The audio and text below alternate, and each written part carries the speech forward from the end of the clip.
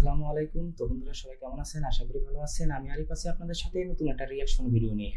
Iran কি পারমাণবিক বোমা পরীক্ষা চালাইছে কিনা পিনাকি স্যার সুন্দরভাবে একটা প্রতিবেদন তৈরি করছে। তো আজকের এই ভিডিওতে আমরা দেখব যে আসলে ইরান কি পারমাণবিক বোমার পরীক্ষা চালাইছে কিনা। তো বন্ধুরা কোনোভাবে ভিডিওটা মিস করবে না, ভিডিওটা শুরু থেকে শেষ পর্যন্ত দেখার অনুরোধ করছি। তো চলুন বন্ধুরা ভিডিওটা শুরু করা যাক।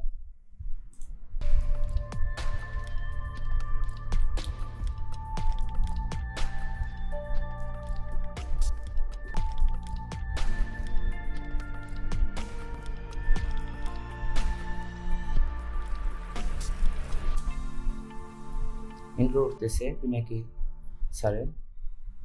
ইরান কি পারমাণবিক বোমা পরীক্ষা করে ফেলছে, বোমা কি বানায় ফেলছে?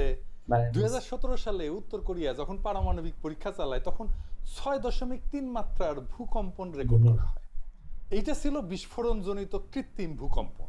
গতকালকেও ইরানের সেমনানে 5.1 মাত্রার ভূকম্পন হয়েছে। সেমনান ইরানের মিসাইল টেস্ট এরিয়া।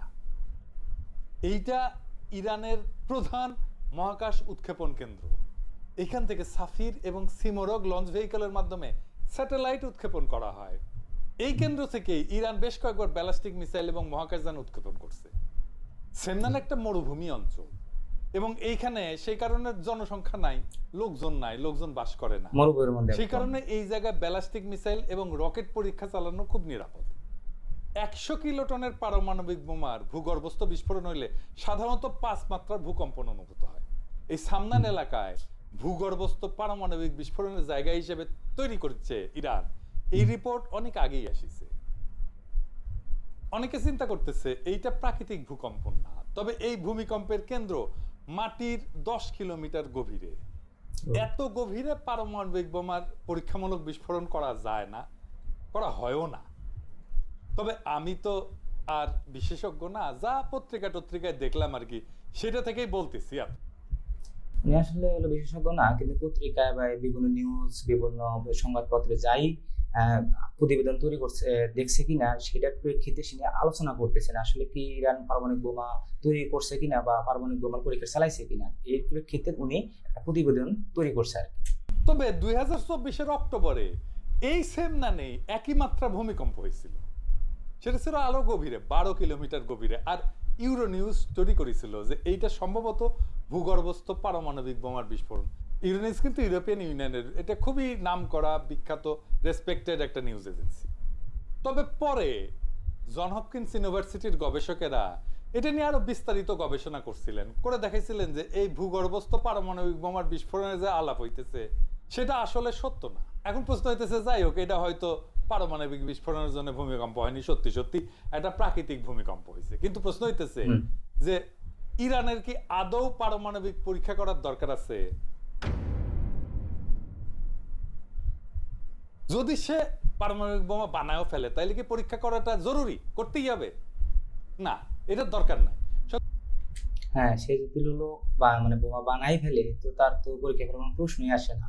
কারণ পরীক্ষা করলে বিভিন্ন দেশে তাকে নিয়ে সমালোচনা হবে বা তার দেশ নিয়ে সমালোচনা হবে, এবং কোনো দেশই চায় না যে ইরান পারমাণবিক বোমা মালিক হোক। কারণ তাকে দেখে অনেক মধ্যপ্রাচ্যের সব দেশই ভয় পায়, বিশেষ করে ইরানের দেশ সবচেয়ে বেশি ভয় পায় হলো কি ইসরায়েল এবং হলো ডোনাল্ড ট্রাম্প, আমেরিকা।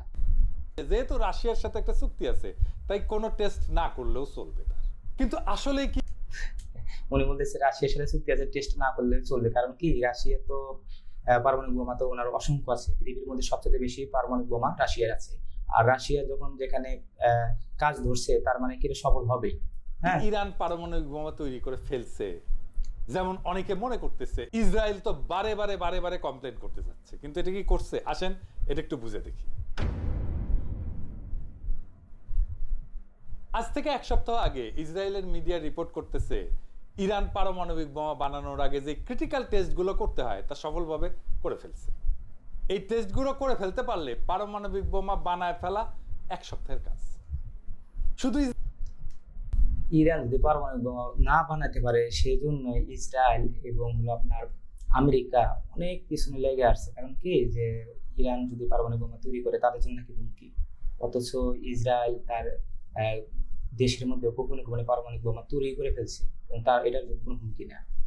ইহুদি এতটা খারাপ জাতি যেটা না বললে বা না বুঝলে আপনারা বুঝতে পারবেন না, এতটা ভয়ঙ্কর জাতি। হিটলার এমনিতে ইহুদিকে এত এত ইহুদিকে সে খুন করে নাই।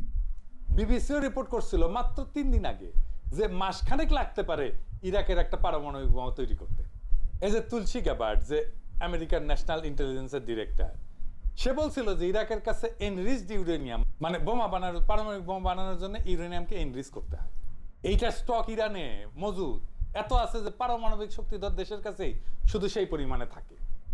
IAEA 1 দশক ব্যাপী একটা অনুসন্ধানের পর একটা তদন্ত রিপোর্টে বলছিল যে ইরান 1980 থেকে 2003 সাল পর্যন্ত এমন কিছু কাজকর্ম করছে তার পারমাণবিক কর্মসূচিতে প্রমাণ পাইছে যা পারমাণবিক বোমা বানাইতেই শুধু করা হয়। 1 বছর আগে, প্রায় 11 মাস থেকে 1 বছর আগে ব্লিংকেন বলছিল যে ইরান 1 থেকে 2 সপ্তাহের মধ্যে পারমাণবিক বোমা বানাইতে পারবে। For a nuclear weapon is now probably 1 or 2 weeks away from doing that. Now, they haven't developed a weapon itself. 1 or 2 weeks. 1 or 2 weeks is probably what the realistic breakout time is. তার মানে ইরানের পারমাণবিক বোমা বানাইতে পারার সক্ষমতার বিষয়টা এটা দীর্ঘদিন থেকে আলাপের মধ্যে আছে। তার 1 সপ্তাহ থেকে 1 মাসের মধ্যে সে বানাই ফেলতে পারে। সেটা আজকের আলাপ না, অনেকদিন আগে থেকে আলাপটা চলতেছে। অনেকদিন আগের কথা। শুধু বিবিসি না, CNN একই রিপোর্ট করছে।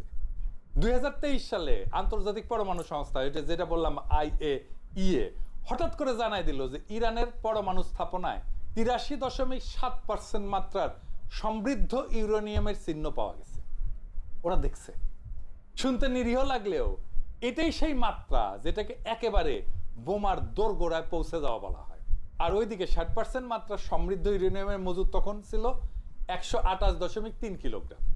প্রচুর।